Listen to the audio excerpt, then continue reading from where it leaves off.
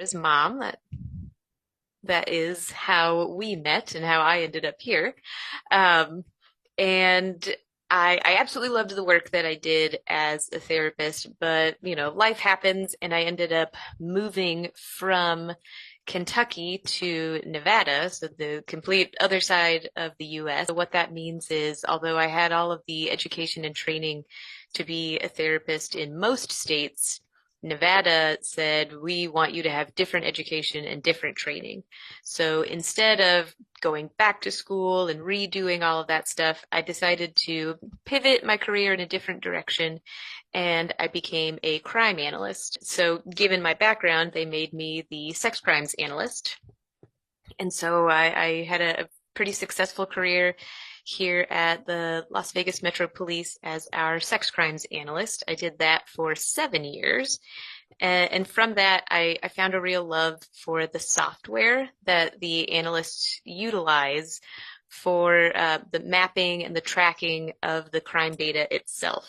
And so 3 years ago, I made a transition from the crime analysis area to IT, and I joined the GIS department, and I really got to take a deep dive there in uh, building apps, building maps, and turning myself into a force multiplier for our officers by giving them as real time and as accurate of data as possible so that they can be where they need to be as quickly as possible.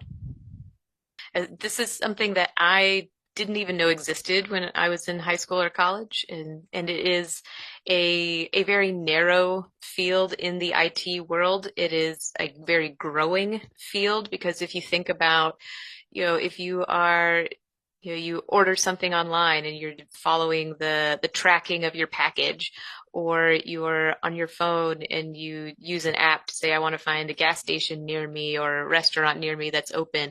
All of that is GIS technology. If you are on a website for a store or something and you want to find the closest physical location of that store, that is GIS technology. And so it can be used in such a variety of different places. Kind of the tagline of GIS is it's called the science of where. In terms of crime, I like to use an analogy of like a sprinkler in the lawn, the kind that like pop up out of the grass and spin all the way around. So if I showed you a map of just where the water droplets were falling from that sprinkler, even though the sprinkler is not on the map, you can look at it and you can tell me pretty accurately where that sprinkler is, right? And so the same idea applies with crime analysis. If I know that there are a group of crimes that were all committed by the same suspect and they're kind of sprinkled around this one particular area of town, I can tell you that that suspect probably lives and or works in that area. Because, what people don't think about is that committing a crime is kind of scary in itself. Like imagine if you were actually trying to talk yourself into busting into a store with a gun and robbing it. Like that's an anxiety producing situation.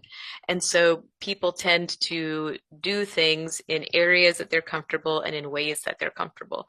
And so you're not going to pick a part of town that you're not familiar with, likely.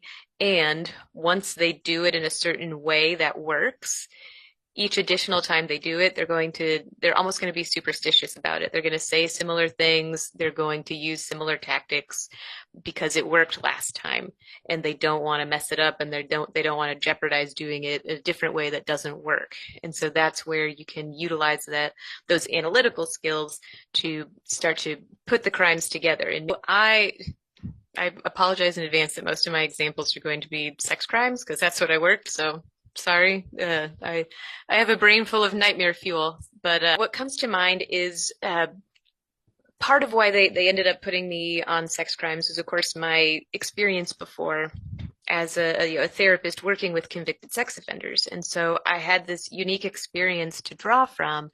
And one of the things that always stood out to me was whatever they ended up getting caught and convicted for, it tended to be a drop in the bucket of what they had actually done in their lives. Because for a variety of reasons, a lot of sex crimes go unreported.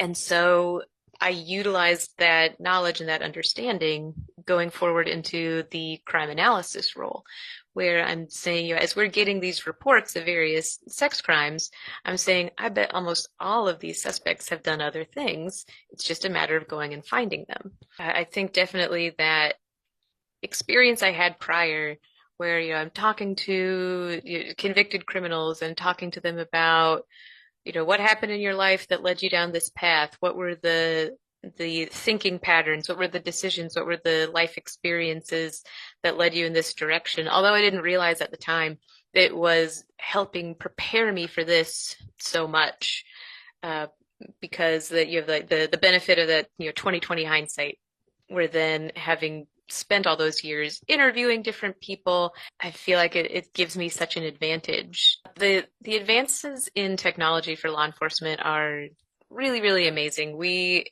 have the ability, I mean, if you look at Las Vegas itself, I mean, of course I'm biased, that's where I work, but just in the past few months, we had the Formula One race here. We had the Super Bowl here. We had a giant New Year's Eve celebration, and all of that was within the last couple of months. In the average year, we have over 40 million visitors to our city on top of the 3 million residents. And so we have got to be on our A game when it comes to technology. So we have the ability, all of us, we have department phones that are issued to us. Every police officer has a department phone that is issued to them. And so we're able to utilize apps that myself and my team build for the officers, where let's say that they are working overtime at the Super Bowl. And so we had that at our Allegiant Stadium, which is the Raiders stadium. But in an event like that, they actually build a lot of temporary structures because there's all these VIP areas and private parties, and not to mention the temporary structures that are needed just for like all the broadcast equipment and all the teams, they have their own separate areas. And so even the normal footprint of a place will change for that. I mean, for Formula One, they literally paved road that didn't exist before. They created a bridge over one of our streets that didn't exist before. And so they have to lean on us GIS analysts to be able to build those evolving maps so that we can dispatch officers to a location that didn't exist last month, across a bridge that didn't exist last month. We can help the officers. We can build those new maps into their phones so that they can not only see where they are, because let's say that a call comes out saying, oh, there's a shooter at the, Super Bowl Modelo halftime club, which, what the heck is that? I don't know what that is. How am I supposed to get there? We can put all that information into the map for them so they can look at their phone and see, where am I? Where is that? How do I get there? To go intervene on, whatever's going on. And then from there, how do I get to the van that takes them to jail? Because I mean, that's a whole other thing too. After you got the guy in cuffs, now what? So we have the ability where they can not only see themselves, see where they need to go, but they can also see where all the other officers are because they all have their phones utilizing the same app. And so you can even, let's say that somebody's in the crowd in a covert capacity. So they're not a uniformed officer, they're plainclothes, who like maybe they're just there to make sure that, nobody gets violent or, for crowd control or those kinds of things.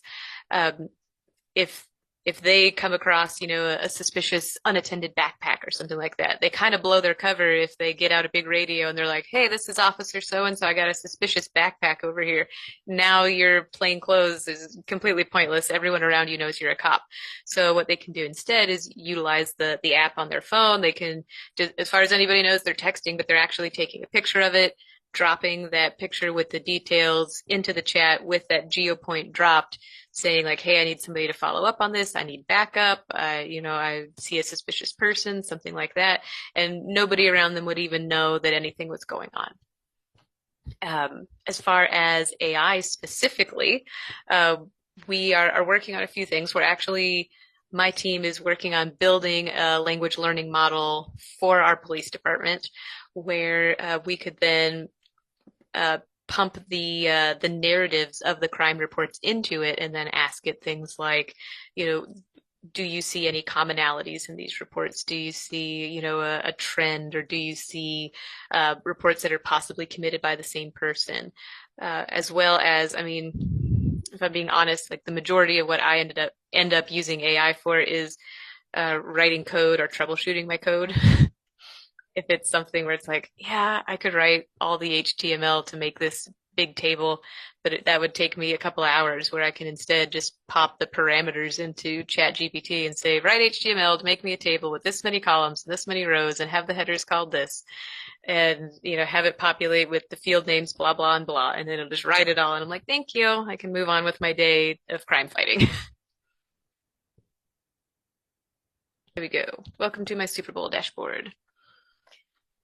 Can you all see it? Yeah, of Okay, course. perfect. All right, great. So this is an aerial map of the area. This is the stadium itself, and I actually I grabbed the like the building diagrams to actually put this little skeleton over it. So if I had a 3D view, you could see that I actually have each separate floor. And so we have these different areas here with the different doors to the stadium. And then we had these areas that were designated for tailgating. This was a ADA drop-off area. And then you can also see I've noted our resource locations. So all of these blue cars, this is where we actually physically had police cars present. And if I zoom out a little bit, if you see the yellow bullets, that is where we had snipers in case there was anything that went down.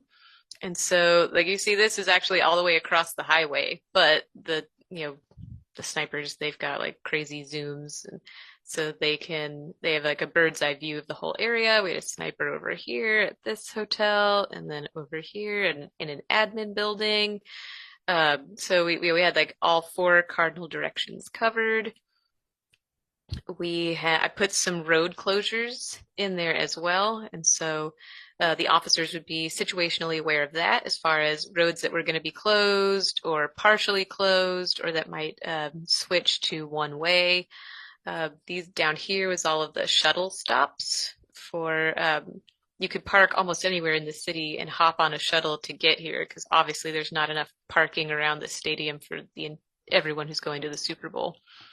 And so these are the kinds of things that I build so that if stuff goes down, then the officers are able to kind of navigate around and to know where their the first person who comes to mind would be actually my boss here. And so I came over to IT from the behavior analysis side of things. And my boss, he actually came to IT from the police officer side of things. And so, whereas I was the behavioral analyst, he was a cop on the street. And so I think that's part of why we are so successful in the IT world is that we understand the other side of it. We understand how the officers are using the data and the apps that we are providing them, and we understand the mission critical importance of that data being accurate and timely. And he taught me so very much because he actually did end up going to school for computer science and then became a cop and then ended up in IT. And so he had a pretty roundabout story as well. But his knowledge, he's a great boss in that but he figured out how to effectively lead me, which is to give me a challenge. And so he would say, "Hey, there's this other police department they're doing this with their apps. Figure out how they did it." And I was like, "Ooh, okay." And so by giving me those challenges, he helped me grow incredibly, and I have a great respect for the importance and the weight that he puts on the work that we do.